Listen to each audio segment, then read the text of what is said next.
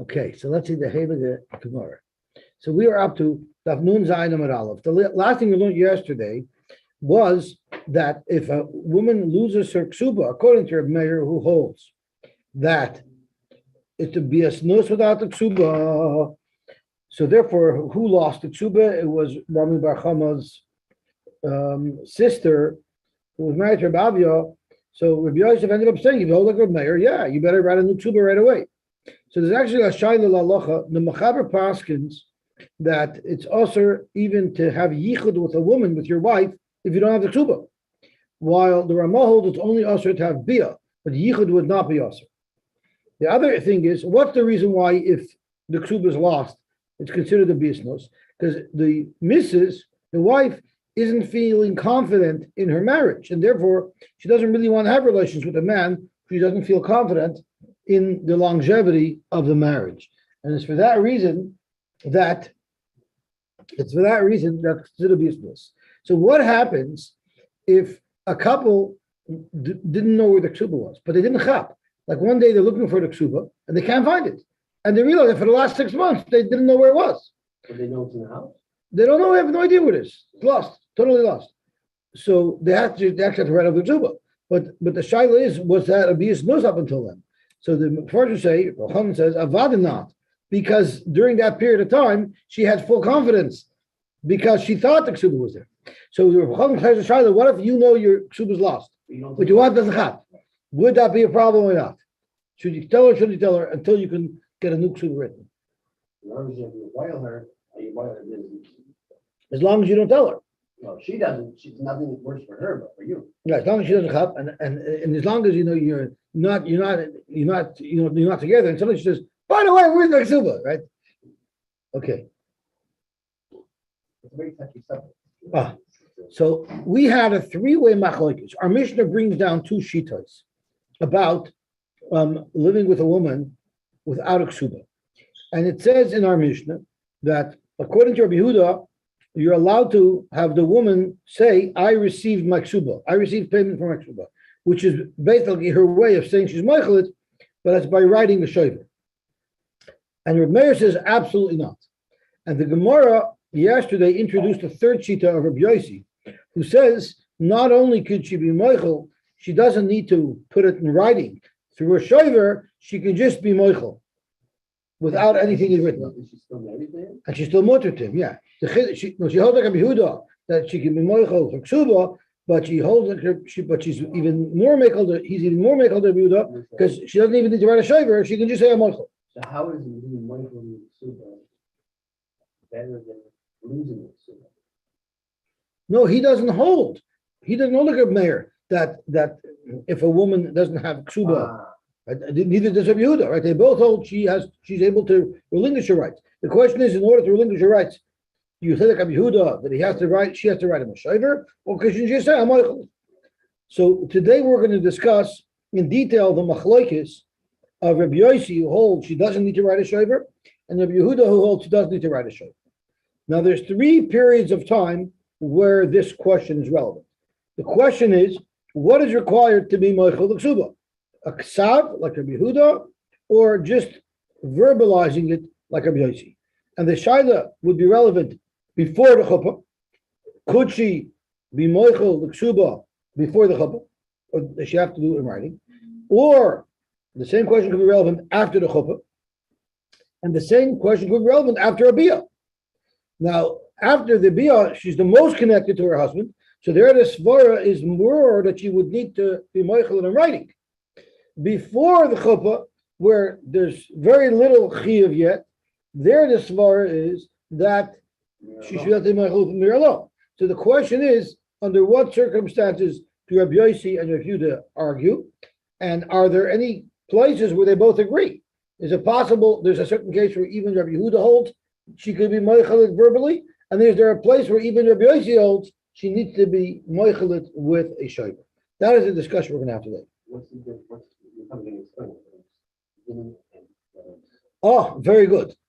That's a very good question. That'll be very, very relevant. And the only reason why I made this elaborate chart and I didn't rely on the chart in the art scroll is because I couldn't even figure out the chart in the art scroll until I put a lot of effort into it. And then I chapped what he meant, because he also has beginning end in there. But it's not so prominently displayed. I made it into a separate box because I finally understood it. So based on that, I want to read one member from Dimi, and then I want to look at the chart. So let's see what the Gemara says. So what happened is we're going to see that there was a machloikis between Rabbi Yochanan and Rish Lakish. So this is actually a three-layered machloikis, and that's why it's complicated. Because the machloikis really is between Rabbi Yosy and Rabbi Yehuda.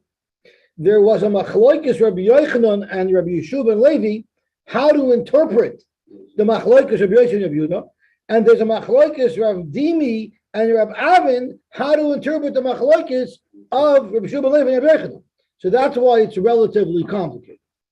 So let's just first read the words of Rav Dimi. Ki also Rav Dimi. So I'm 3 lines up from the skinny lines. Ki also Rav Dimi. And we're on Daf Nun Zayin Amral. Ki also Rav Dimi, Omar, Rav Shimon Pazi, Omar Rabbi Yeshua ben Levi. Mishum Bakabara. Machlokes, where does Rabbi Yehuda and Rabbi Yosy argue is betchila. The only place where Rabbi Yosy holds you could just be moichelet verbally and not have to write a ksav is only at the beginning. What is the beginning? That's what we're going to have to define, and that's also going to be a subject of great controversy. But at the end, all the way at the end, which for now we'll say after the bia, even Rabbi Yosy holds, in order for her to be moichel de ksuba, she has to write a shofar. Rabbi Yochanan says, bein bezu ubein bezu machloikis. The machloikis is everywhere. So I want to stop here. I want to review it through the short, side to beginning and side to end. So I want to stop here. I want to review the different options as to how to understand Rav Dimi, and then I want to analyze Rav Vo. But before I stop here, I want to actually do Rav Avin as well. So let's do Rav Dimi one more time. Machloikis betchila. The machloikis is only betchila. Aval b'soif, but all the way at the end, which means for sure the last case is after the bia, post bia, the divra kol eino mochelos. Even Rabbi Yosy agrees it has to be written. Rabbi Yochanan Amar bein bezu machloikis. Even after the bia, Rabbi Yosy holds that you could just be mochel verbally. Now I want to skip a couple of lines, and I want to go to 5 lines down in the wide lines, and I want to look at Ravin. He also Ravin Amar. Ravin said, in the name of Rabbi Shimon Pazi, Amar Rabbi Yeshua ben Levi, Mishum Bakapar, he said almost the opposite of what Rav Dimi said. And either machloikis lebesoif, the machloikis is only at the end. Even Rabbi Yehuda agrees that she can be mechel verbally. This sounds like Rav Avin argues with Rav Dimi, right? It sounds like Rav Avin is saying the machloikis is at the end, while the first sheet of Dimi said the machloikis is at the beginning, right? So we're going to have to analyze how these things fit. Does Rav Dimi argue with Ravin? Does he not argue with Ravin? Now, just reading Ravin's member and Rav Dimi's member sounds like they're arguing in Pshat in Rabbi Yeshua ben Levi. In Rabbi Yochanan, they quote exactly the same words: bein bezu machloikis. So no one's arguing about what Rabbi Yochanan said, but there seems to be a discrepancy between Rav Dimi and Ravin about what Rabbi Yeshua ben Levi said. But in fact, when we analyze it more deeply, we're going to see how Rav Dimi and Rav Avin do not disagree in how to understand what Rabbi Yeshua ben Levi meant. The only difference between them is how to identify tchila and how to identify soif, which answers what Moshe asked, and that was what's called tchila and what's called soif. That is going to be the approach. That's going to be the approach of Rav Papa, who's at the end. But and that's what I want to focus on first, because that is really the pashtus. That is really the pashtus of understanding Rav Dimi and Rav Avin. So let me look at my chart here. I hope it's coming out clear. And I want to look at Rav Papa, which is the first chart. Now we have Rav Dimi and Rav Avin. And what I did is I put the 3 time periods with a different background shade. So before chuppah is one time period, between the chuppah and the bia is another time period, and after the bia is a different time period. And if we look at Rabbi Yeshua ben Levi and Rabbi Yochanan, under the Rapapa heading, you'll see that Reb Dimi and Reb Avin hold exactly alike. The words written in green are where everybody agrees, and the words written in red are where there is a machlokes. So if you look at Rav Dimi in Reb Shuban Levi, before the chuppah, everybody agrees that you could be moichel without a written shover, and after the bia, everybody agrees that she needs to write a shover. Where is the machlokes of Yosy and Rav Yehuda? It's only between the chuppah and the bia. Not machlokes means she could be moichel, that means a shayla. No. If everybody agreed that she could be moichel, means everybody agrees that she could do it verbally without a shover. And if everybody agrees that she cannot be moichel, that means everybody agrees she would need a shover. And in the red, where they're arguing, Rabbi Yehuda holds she needs a shover, and Rabbi Yosy holds she could be moichel verbally. So if you look at the halacha, what Rabbi Yeshua ben Levi says and what Rabbi Yochanan says between Rav Dimi and Rav Avin is they're identical, right? Everybody says the machlokes. Everybody agrees with Rabbi Yeshua ben Levi. The machlokes is only between the chuppah and the bia. Before the chuppah, everybody agrees in Rabbi Yeshua ben Levi that she could be moichel verbally, and after the bia, everybody holds that she needs to write it with the ksav. While Saira of Dimi and Tayyab Avin agree in Rabbi Yochanan as well. In Rabbi Yochanan, the machlokes is in all three cases. Rabbi Yosy everywhere holds she could be moichel verbally, and Rabbi Yeshua ben Levi and Rabbi Yehuda holds everywhere you need to write a shover. The only difference between Rabbi Dimi and Rabbi Avin is how they expressed what the beginning and what the end. So Rabbi Dimi said everybody agrees at the beginning in Rabbi Yeshua that she could be moichel. The machlokes is only the besot. Everybody, Rabbi Dimi said, everybody agrees that at the end you need to write a shover. And the machlokes is only the beginning. So he identifies the beginning where the machlokes is as between the chuppah and the bia. And he defines the end where everybody agrees you need to write a shover, that's considered after bia. Rab Avin says the same halacha, but when he says in the beginning everybody agrees you could be moichel, he holds the beginning means before the chuppah. And he holds the end means between the chuppah and the bia. And after the bia is not covered. That's correct. So if you look at Rav Papa, the only difference between Dini and Rav Avin, there's no difference la halacha. It's just a difference of what case they refer to as the beginning and what case they refer to as the end. But in halacha, they're identical. Not the mean is really going to be according to Yeshua ben Levi. No, according to Rav Dimi and Rav Avin, Yeshua ben Levi hold exactly the same thing. No, I'm talking about in the beginning, in the end, right? No, they're still exactly the same thing. It's just a question of what the halacha l'mais is exactly the same. The question is what case I'm calling the beginning. No, according to Yeshua ben Levi, if it's the beginning. No, not beginning, before the chuppah. Let's look at the cases. Everyone agrees before the chuppah, even if Yehuda holds, she could be moichel verbally. Right. But Rabbi Avin happens to call that case the beginning. Rabbi Dimi doesn't refer to that case as the beginning. Between chuppah and the bia, everybody holds as a machlokes. The question is that called the beginning or is that called the end? Rabbi Dimi referred to that case at the beginning. Rabbi Avin referred to that case at the end. But they're both talking about the same case between chuppah and bia. And in both cases, everybody holds as a machlokes. So not in the beginning. The nafkamina is Yeshua ben Levi is a machlokes. No, because that's a little bit misleading. Because the cases between chuppah and bia, I could call it A, B, C. I can call it apple juice. I can call it pickles. So it's just the label that he used to describe that case. So he picked the label beginning, and Rabbi Avin picked the label end. Rabbi Dimi could have used the label pickles, and Rabbi Avin could have used the label orange juice, right? It doesn't change what they hold halacha. It just changes how they identify that case, right? Now, in Rabbi Dimi and Rabbi Avin, if you think about it, Rabbi Dimi and Rabbi Avin do not have a machlokes. They just describe cases differently. There is a machlokes between two Amoraim, Rabbi Yeshua ben Levi and Rabbi Yochanan, right? What Rabbi Vo came along and did is Rabbi Vo wanted to make peace between Rabbi Yeshua ben Levi and Rabbi Yochanan, and Rabbi Vo wanted to interpret the words that Rabbi Dimi said. Rabbi Vo wanted to interpret in such a way where there's no machlokes between Rabbi Yeshua ben Levi and Rabbi Yochanan. So how did he do that? What he did was, he says, when Rabbi Yeshua ben Levi said that there's only a machlokes. Rabbi Shua ben Levi said that the machlokes is at the beginning, but at the end, everybody agrees that you need to write a ksuba. Rabbi Shua ben Levi is referring to the first case before the chuppah. So even before the chuppah, there's a machlokes where Rabbi Yehuda holds you need to write a shover.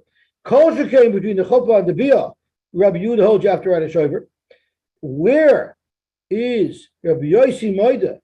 Do you also have to write a shover? That's only after the bia. So how did Ravo learn in Rabbi Shua ben Levi what the beginning and what the end is? The beginning is before the chuppah, and the end is after the bia. So therefore, up until the end, up until the bia, there's a machlokes. The only place where Rabbi Yossi agrees that you need to write a shover is after the bia. And he wants to learn that Rabbi Yochanan agrees with that as well. Rabbi Yochanan agrees as well. When Rabbi Yochanan said they argue bazeh ubazeh, he meant beginning and end before the chuppah and between the chuppah and the bia. But he also agrees that all the way at the end, there, everybody agrees you need to write a shofar.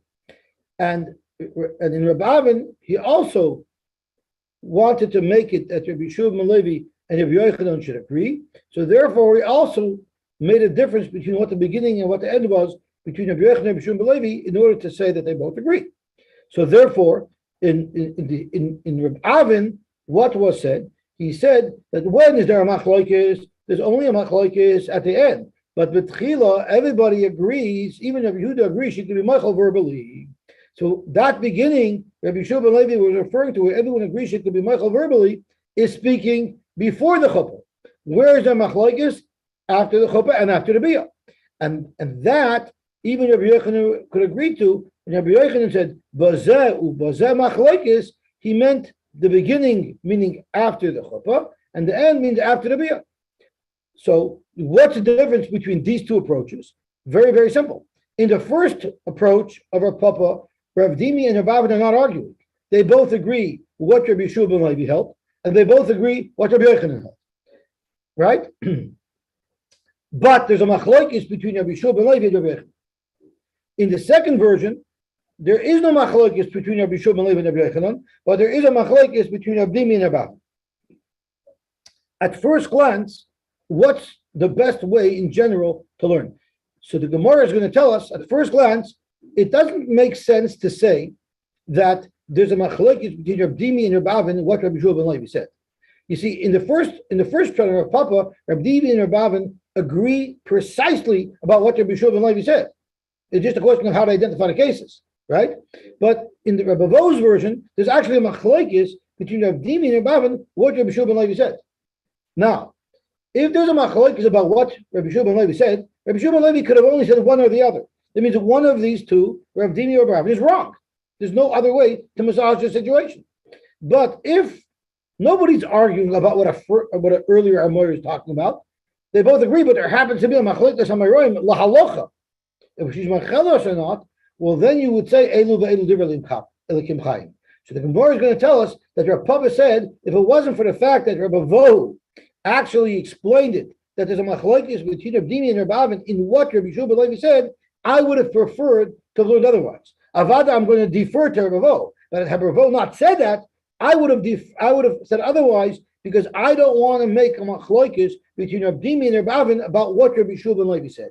Because that's a shtickle doichet. Because you cannot say elu ve'elu divrei elikim chai. That is the sugi that we're going to learn. So now that we went through it in the cases, and it's clear because the greens are where they agree, the reds are where they argue, and it's set up with the different cases, so we see it more clearly. I think and I hope it'll be easier to now learn the Gemara inside. Wow. Sazak to Gemara. It's amazing what motivation you can get when you have to. Zok to Gemara weiter. So let's see what we have over here. So I'm going to start back from the beginning. Ki Aser Rabbi Dimi, Amar Rabbi Shimon ben Pazi, Amar Rabbi Shua ben Levi, Mishum Bar Kapar. Machlokes betchila. The machlokes is betchila. Aval b'soif, but at the end, l'divra kol ina mecheles. So based on the chart that we learned, at least b'soif is clearly defined. B'soif after the bia, everybody agrees that you need. Even Rabbi Yossi holds you need to write a shofar. Rabbi Yochanan seemingly argues on Rabbi Shua ben Levi, and he says bein bezu ubein bezu machloikis, and of course the way Rav Papa learns this, that the machloikis is across the board in all three cases. But Rabbi Vo interjects. Amar Rabbi Vo, l'didi mirfreshel minei Rabbi Yochanan. I heard Rabbi Yochanan explain himself as follows: the Anav Rabbi Shua ben Levi loy pogidin hadadi. I do not disagree with Rabbi Shua ben Levi, but when I said the machloikis is bazeh, I was only referring to the cases that even Rabbi Shua ben Levi agrees there's a machloikis. So my betchila to come Rabbi Shua ben Levi, when Rabbi Shua ben Levi said the machloikis is betchila, that's tchilas chuppah.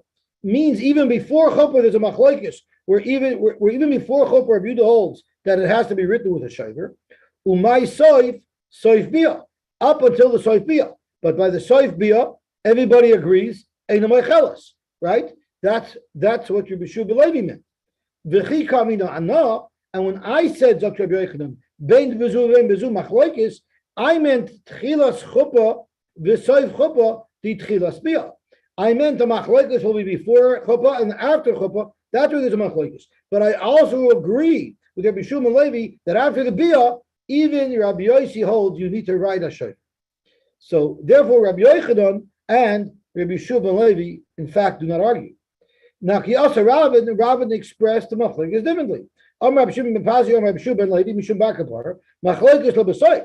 The machlokes is only lo b'soif, avol b'tchila, but at the beginning, which we know for sure means the first case before the chuppah, divra kol moichelas. Even Rabbi Yosy agrees that she can verbally give up her tshuva. Rabbi Yochanan Amar bein bezu machlokes, and once again, Rabbi Bo said the di mifresh shalom minei Rabbi Yochanan that no Rabbi Shua ben Levi loy pal gidin hadati. Rabbi Yochanan said, I don't disagree with Rabbi Shua ben Levi. I'm just referring to different cases than he's referring to.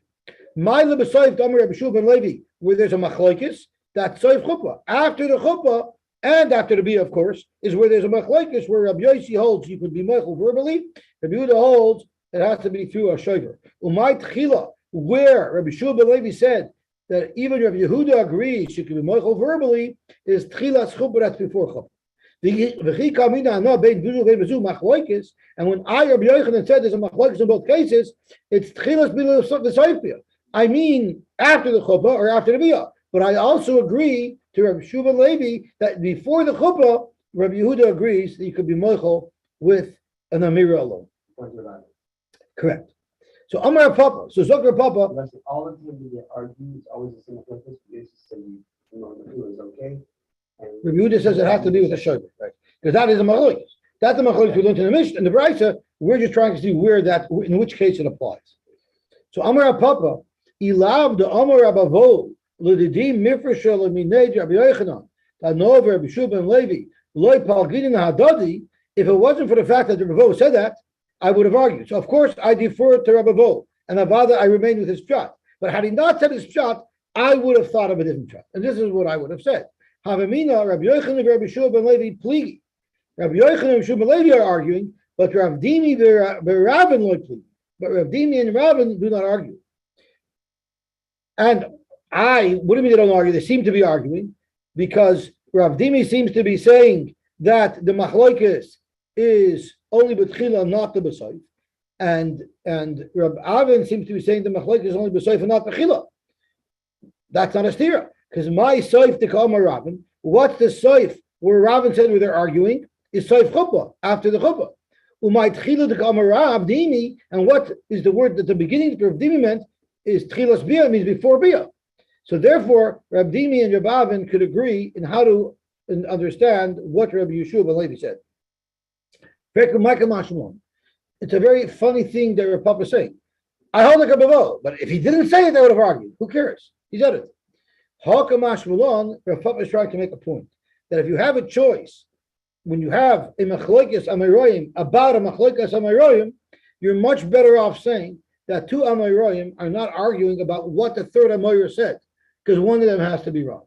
Hakamash Malon, the pligi tre amaroy atayim dinafshayu. It's much better to say that there's a machlokes Rabbi Yochanan and Rabbi Shua ben Levi about a halacha shayla. The loy pligi tre amaroy aliba dechad amoyer. Rather than say you have a machlokes between Ravin and Rav Dimi about what Rabbi Yeshua ben Levi said. And if we looked at the last line in Rashi, it's because it's because the Ikal Meimar, in the case where there's Stama Machlokish or B'shu believe in the Berechanan, you can say Elu ve'elu diver lekim chayim. Because Zimnin the Shai Chai time of Zimnin the Shai Chai time. You could say sometimes Rabbi Yochanan's svara is more dominant and with a slight modification in conditions. Sometimes Rabbi Shimon Levi's svara is better. Umar b'damei lo binyan nachrina, right? Umar b'damei lo milsa hachi. Umar b'damei lo binyan nachrina. Each person looks at it from a different perspective. Because remember, Elu ve'elu chayim. I'm sorry. The Zimnin the Shai Chai time is the Shai Chai time. Shatamas habech l'ishina advar m'shin imut. But if two people are arguing merely about what a third person said, so I'm going a little bit before that, about 6 lines up in Rashi. If you have a question where Maram or Hachi, Amar Ploni, Maram or Hachi Amar Ploni, Chad Minayim Mishaker. One of them is saying sheker. It doesn't mean he's willingly and knowingly, consciously lying. It means he's saying an untruth. Because if you should believe, he either said A or said B, he didn't say both. Beautiful. That's the last of the complication, and now it goes smooth. Zok tehelig gemor. Noisten lebesula shnei maser chodesh mishatova habal lefarnes atzma. Someone makes erison. They don't yet talk about the nesun, and then the Baal says, "My dear wife, my dear Arusa, we got to get going. We got to make the nesun happen." So at that point, the clock starts to tick, and she has 12 months lefarnes atzma, which Rashi translates as getting her stuff together that she needs. She needs her tachshitim, she needs her dresses and her clothing and her jewelry. She has to prepare herself to be a wife.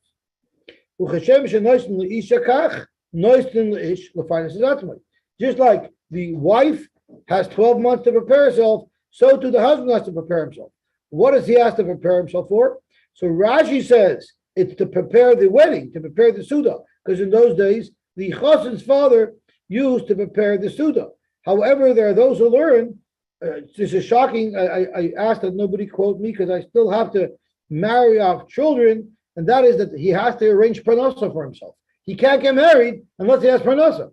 Now, just so no one should get spooked, it doesn't necessarily mean that he has to earn a living. It means he has to make arrangements that his family will be taken care of. Sometimes the father-in-law's contribution, or the father's contribution, or even the wife's hard work and contribution can be part of that calculation. But the ultimate responsibility falls on his shoulder. And again, please don't quote me. I still have a daughter to marry off.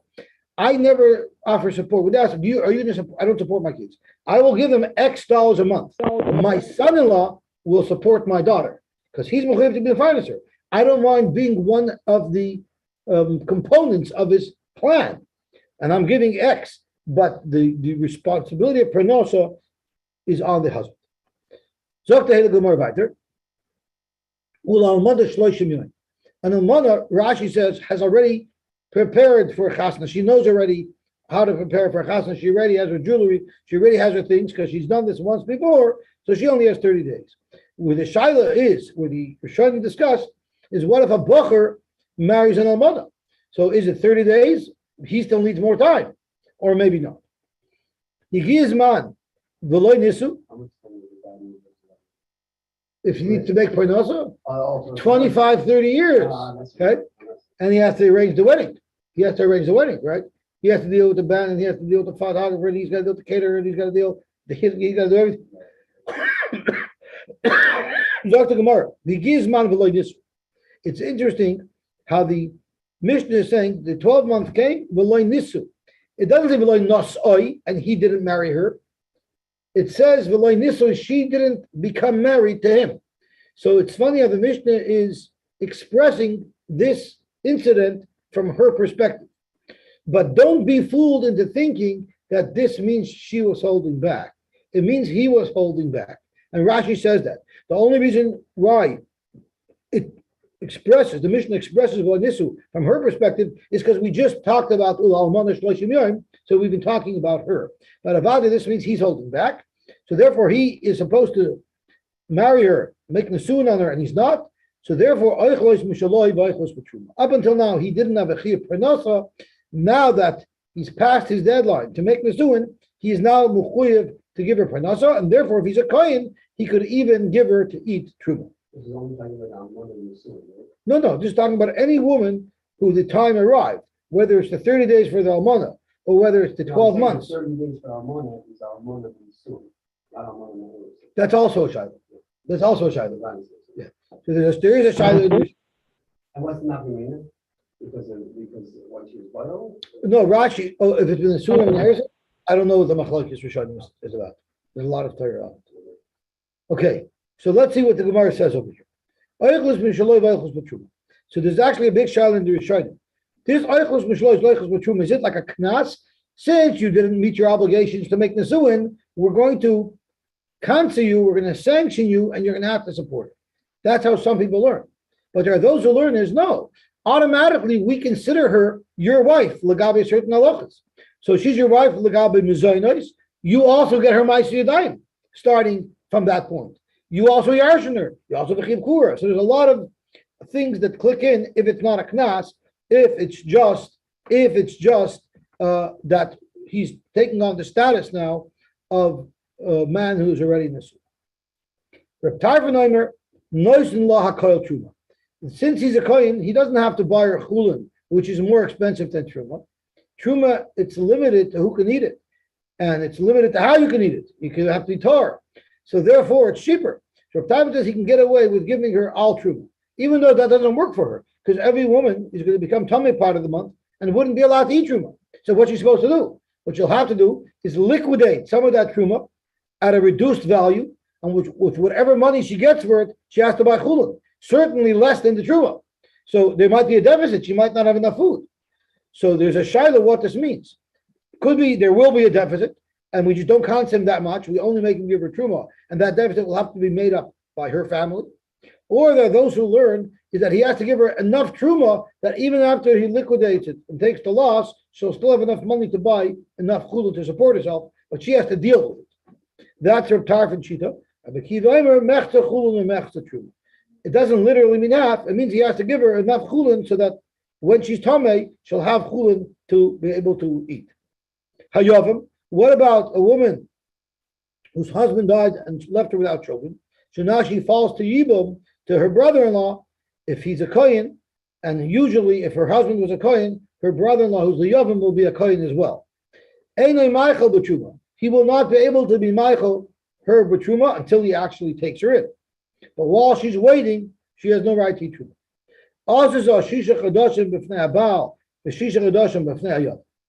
Now, the rule is, even if she was living with her husband for 100 years and she was eating truma for 100 years, if her husband dies and she falls to yibum, she loses that right to eat truma until her brother-in-law marries her. But while she's waiting, she loses her. So the Mishnah is offering different cases. But the rule is a shemer shavim, no matter what, no matter when, does not eat truma. Is that because you could do a chalitza and then because it's not kinyan kaspa. It's not kinyan kaspa. I think the Gemara is going to discuss it. Let's have a look. So Rashi says we're going to see it in the Gemara. So Zok to Gemara, different ways this could happen. So Zok to Gemara. What if she was in a rusa for 6 months and then her husband died? So she was never in the suah.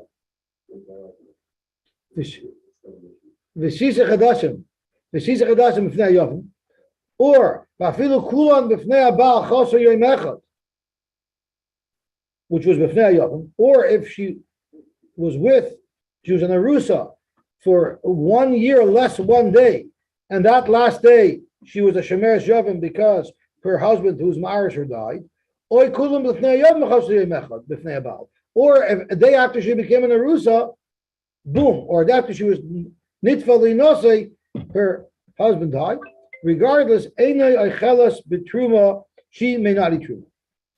So we've just said that once the 12 months pass, if she's a regular basula, or if 30 days pass when she's an almona, whenever that target date passes, there's a chiv mezainis. If the balt is a chiv mezainis, if the husband is a kohen, he can give her truma and she's allowed to eat truma. Zu Mishnah Rishona. This was the first Mishnah, but the later Tanoim made a gzeira to stop that. Bezdin Shalacharei Mamru, the future Bezdin came and stopped that, turning on to Nun Zayin number days, and they said, Ein ha'isha eichelas b'truma achet dekanas l'chol. Until she's actually within her husband's household, she may not eat truma. And if you remember, we learned there's a gzera, and we're going to learn that gzera today. But there's two pshatim. Either it was a gzera that since she's living by her father's household, if she has truma, she might share it with her siblings.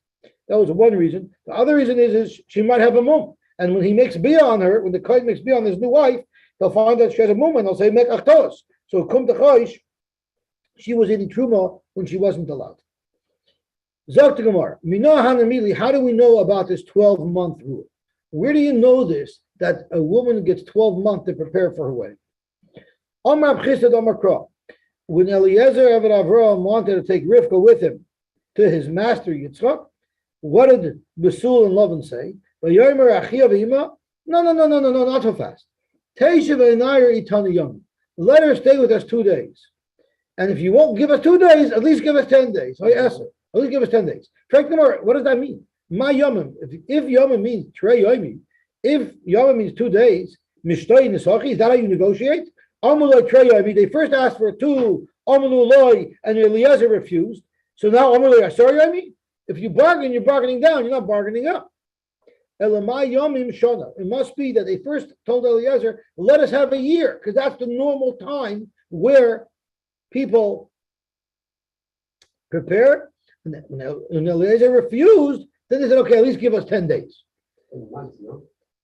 Also meant 10 days. So Zok to Gemara. Ma yomim shana. D'chsiv yomim tehiyah geulasai. By a batei ayar chayma, if you sell a house, he says 10 months? Oh, the article says 10 months? According to this interpretation, 10 signifies 10 months, according to Uber's and Rashi. So that's why it's not such a drastic drop from a year to 10 months, not from a year to 10 days. Okay, could be.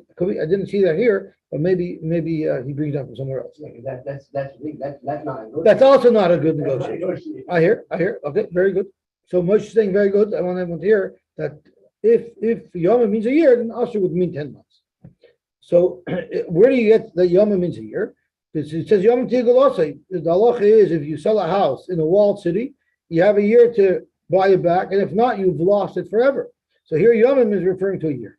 In fact, the more you find the word Yom can refer to a month, which was talking about, I think, when they got the meat in the midbar. So how could you assume that Yom means a year? The more Amri done in Yom Mistam, being done in Yom Mistam, Yom Shnemer Behin Chodesh. Yom by itself means a year. Chodesh Yom might mean a month. So the question here is, Eliezer Eved Avram, he couldn't be a shliach l'kedushin. So he didn't make kedushin on Rivka. There was no kedushin over here. So how do you see anything Allah l'mayis in 12 months? And besides the case, this is before Matan Torah, what's the raya from him? So the Pnei Yeshua asked this, and the Pnei Yeshua says, the raya isn't mamish a raya that this is Allah. The raya is that's the norm. The norm is that 12 months is the amount of time that a girl needs to prepare for a wedding. Now we know a father could accept kedushin for his daughter who's a ketana, but will he also go through with nesuin when she's a ketana, or will she just make the kedushin? The Balei Tosfos write that it's important to marry your daughters off even when they're 12, even when they're younger. Why? Because he says the Balei Tosfos lived in the times of the Crusades, of the Crusades, that's right, the 1100s, 1200s, where you don't know tomorrow if you're going to be alive. It was wild. So he said, if you have a little bit of money now, quickly give that as a nadin, set it as a nadin, and find your daughter a husband, because you might become impoverished and then you won't be able to marry your daughter off. The kedushin was made right away. So Amar Reb Zera said, Tana we learned, ketana, a ketana, bein hi, bein avia, yechayru la'akiv. She could say, you know what, I'm a little girl. I'm afraid of bia. I don't want bia, right? Today you go to jail for it with a ketana. But she could say, I don't want to. Or she could say, I don't want to start washing dishes and making beds and running a house. It's too much for me. I'm a little kid. I want to play still. So she has a right to say, yes, I'm a Kudeshes, but I don't want to go to Nisuah now until I become an adult. And her father also has a right to prevent her from becoming a Nisuah until she's an adult. So frankly, Gemara, I understand why a little girl would protest to make Nisuah. Elavia, why would the father protest if his daughter is happy to make Nisuin? Why would he care to hold her back? So Gemara, very simple. He's afraid she's too immature to do it. He is afraid that now she's too immature to be able to realize that she's a married woman. And therefore, tomorrow she'll say, I don't like it here, Tati. I want to come home. And she'll just pack her bags and come home, which means that her husband won't have to give her ksuba, which means that I'm going to have to take care of her. But also, What she's doing now is. yeah, but at least I won't lose the ksuba. Later on, if she marries, she gets her ksuba. So therefore, he has a right to prevent her from doing the suud, even though she wants it. Amar Abba Bar Levi, Ein poiskin alaktana la'asiya kishita. You're actually not supposed to make plans to set up a girl to get married when she's a ktana. It's difficult for her, and we don't force her. Poiskin alaktana la'asiya kishigdoila. You could start making plans to marry her off when she'll be an adult. Zokt Rashi v'davka b'loy kedushin. Av kedushin bekatnus loy achetigdal v'toymar b'ployni on the right side. So what he could legally do and what he should do are two different things. He shouldn't marry her off until she's a gedola and she can say b'ployni on the right side.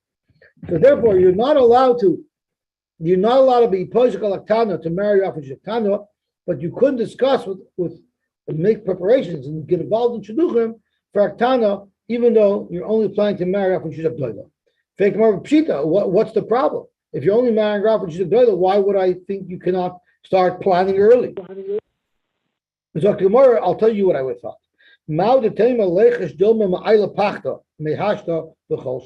If she sees that you're already arranging shidduchim, she'll get so spooked that she'll be traumatized that then she won't even be able to go into a marriage when she's a gedola, because you'll spook her out.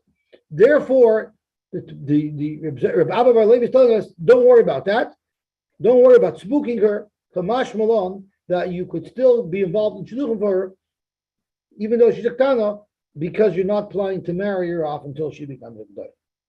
Amar Avuna, we've discussed that a besula has a year to prepare herself. We discussed that an almana has 30 days. What about a boigris? Bogra, yoy mechad, v'niskacha. She was a boigris already one day, so she's 12 and a half. And then someone makes kedushin on her. Noistin law, shloishim yoim kalman. Once they're tavul lihinase, she only has 30 days. So you might ask why. She didn't get married before. She doesn't have tachshit. Teretz says a boigris is so over the hill and so old and so desperate and dying to get married, she's ready to go. She's already 12 and a half. Yeah. Who's going to marry her, right? Meisvei freik the Gemara.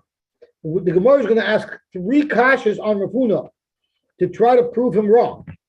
Rav Huna says a boigris gets 30 days. We're going to have 3 kashas that try to prove him wrong. The first 2 will be unsuccessful, and the third will be successful in slugging up Rav Huna.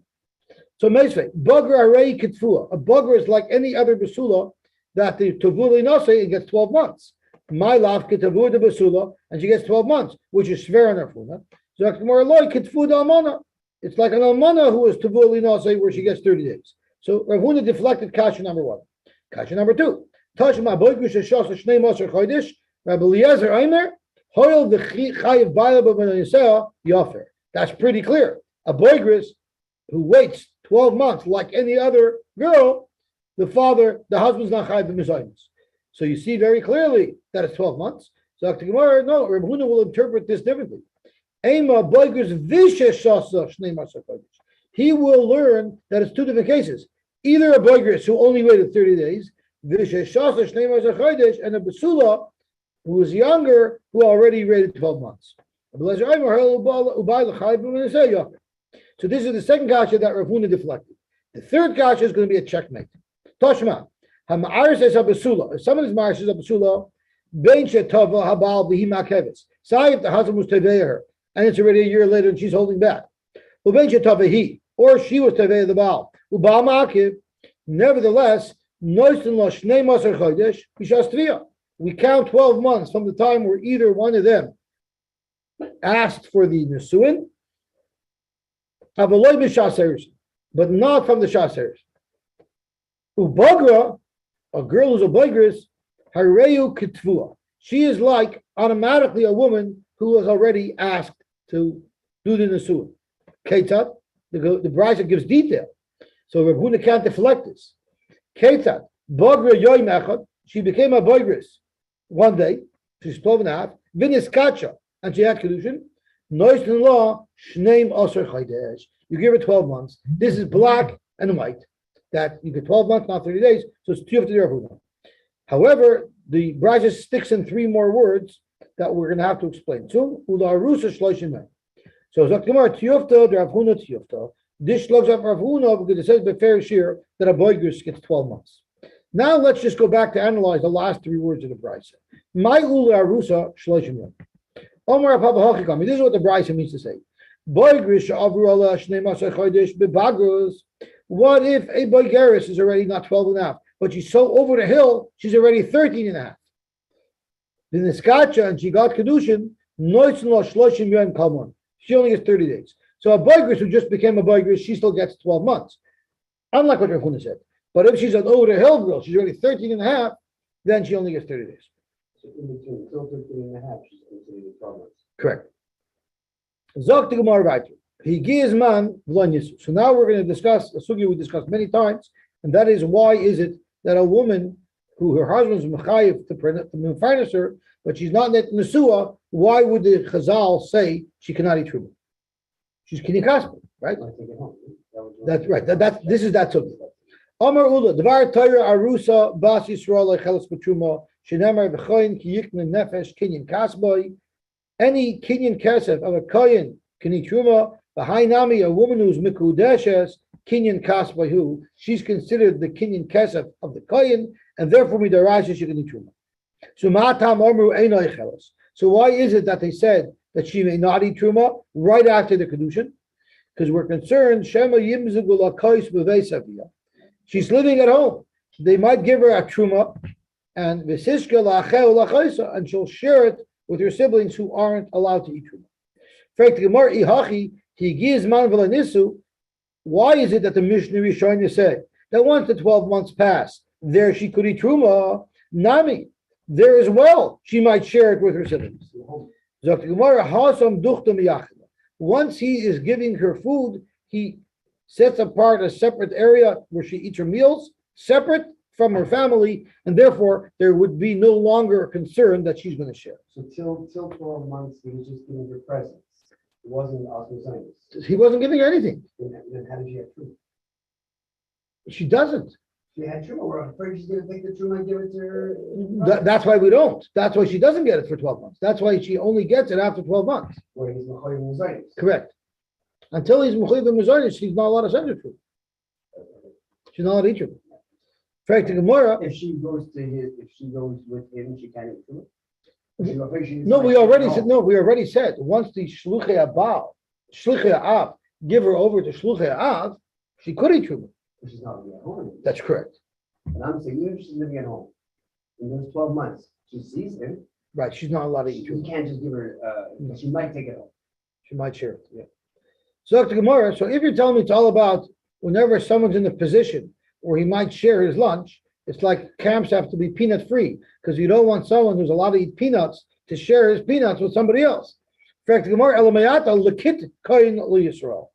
what happens if someone is a kohen and he hires a worker and the worker lives by him? We had this sugya here earlier when he leaves your employment and you have to give him his final paycheck, can you deduct from the paycheck the value of his clothing? Right? We had that shiloh earlier. So this Lakit Kohen, who basically he's living on campus in the job, right? And therefore you're feeding him. So he's eating in the dining room together with your other workers. So Lakit Kohen Yisrael, lo lechel b'truma. If someone is the Lakit of a Kohen, is the Lakit Kohen Yisrael, meaning he's a Kohen, and he's working for Yisrael, and he brought private food from home, truma that he's allowed to eat. Are you telling me he's not allowed to eat truma in the lunchroom? Dilma also lamechel b'hadei, because maybe the people at his place of employment will share his lunch with him. Zok Gemara, no, that's not a concern because hashtem did who safilei. Who's responsible to feed who? The Yisrael is responsible to feed the kohen. So mididei achli, they're not going to eat from the kohen. Fakir, they're providing food. They're not taking food. So just because he has his own private food, we're not worried that the Yisrael doesn't eat from his food. Who's feeding him? The boss? Yeah. But this job is a job where he comes on campus and he's working on campus and he's living, this boss is giving him room and board. So we're not worried that he'll share food with his boss because it's his boss's responsibility to feed him. But he might feed it to that fellow employee, but not by. I guess not. Okay. Shmuel, of Yehuda Amar, Mishum Simpan. It's not a concern that she's going to share. The concern is there might be a mekachtos. Her marriage, her kedushin might be reversed after the bia. When he's intimate with her, he might say, "Hey, this is not what I want." Zok to Gemara. If that's the case, if it's all about simpan, then you shouldn't be able to eat truma. This woman shouldn't be able to eat truma until any chash simpan is alleviated, meaning after there was a bia, after they were intimate. Nami. We know if she's nichnas al even before bia, she can eat truma. But if it's all about simpin, she still might have a problem. So the Gemara, no, because Hasam mivdak badikla v'hadim. He will make sure that he has a woman check her out when to make sure that she doesn't have a mum. So therefore, the fact that he took the chuppah, he's already waived his concern of simpin. We already know there's no simpin. In fact, the Gemara. But if simpin is an issue, what about a kohen who buys an eved? A kohen who buys an eved, the eved's kinyan kaspai. But what if the eved has a simpin and it'll be a mekachtos? So how could a kohen ever feed food truma to his eved? Not eved kohen shalach Yisrael lo lechal b'truma mishum simpin. So it's more simpin ba'avadim leka. There's never a problem of simpin ba'avadim because let's analyze it. If it's an external thing, he's missing his foot, he limps. Hakachazile, that he'll see. And if it's because he has pimples on his back, the owner doesn't give two hoots. It's not going to impact how many pounds he can lift and what he can do. He doesn't care how good looking this evidence is. And if it's nimtza ganav kavyosos, he might say, what type of simpin is it? It turns out the guy's a crook. Rashi says kavyosos is a kidnapper or a ganav, someone who steals money. That's not a problem either. Because higiyah, the halach is you don't say mekach tois. Look at that. Higiyah lekach ve'ena mekach botol. Ubrayas he b'balavasra. It's a brayas in balavasra b'moicha pears. Hamoicha eved lechaveir v'nim zaganav v'kavyotas higiyah. You know why she's stamming ganav. You can assume every eved's a ganav. So therefore, you can assume they're all gangsters. So therefore, that comes with the territory. Ma'ika list of mezuyim. A list of mezuyim that's a violent murderer. Maybe such a guy would be a mekachtos because that's something that you don't assume every evidence. Maybe his pictures on the postage stamps. Maybe not on the postage stamps. Maybe his picture is at the post office. Right. So Seinfeld once said, why would they put a picture of wanted people in the post office? Who's there? They should put it on the stamps. Then we can see, right? Because Hanu Kala is anyone who's a list of Mezuyim or who's wanted by the Malchus, it would be known. And therefore, once again, there's no option for mekachtos. Whether the problem is simpin or whether the problem is she's going to share her truma with her siblings, regardless, a woman who's an arusa may not eat truma. My benayu. So what is the difference in halacha between these two reasons? So it's more very simple. There are certain scenarios where only one of the reasons will apply. Ika benayu kibel. What if the husband said, I love this woman, I don't care what she looks like behind closed doors, I want her. So now there's no problem of simpon. So if the whole problem is simpon, she should be able to eat truma now, even though she's an arusa. But if the problem is that she's going to share truma with her family, that's still a problem. Or Mosar v'halach. Or what happens if the shluchei ha'ab already gave her over to the shluchei ha'bal? So now she's already not at home. So there's no way for her to share truma with her siblings. So if that was the reason, she should be able to eat truma. But if the svara is simpine, that could still happen. Now we actually had that. If you look into it, the oil we learned earlier that by Mosar, remember he brings down side of the Gemara. That only is according to Rav earlier. Rav said it's misiras l'kol chutz truma because it's still simple. But we had another shita back there that once she's moisture, it's even a truma. And that shita we learned over there has to hold that there's no chashash simpan either. And once again, the same svara. The shluchei habal would not take her over until they checked her out to make sure that she had no simpan. Okay, we will stop here, Bez Hashem, and we will be mamshech tomorrow. Thank you very, very much. Have a wonderful, wonderful day. Here he says the kibla must have a halach are 3 different cases. Yeah, there are different cases. Yeah, it's not must have a halach. But there are similar cases. One's Mosar, Av, L'shluchei Baal, and one is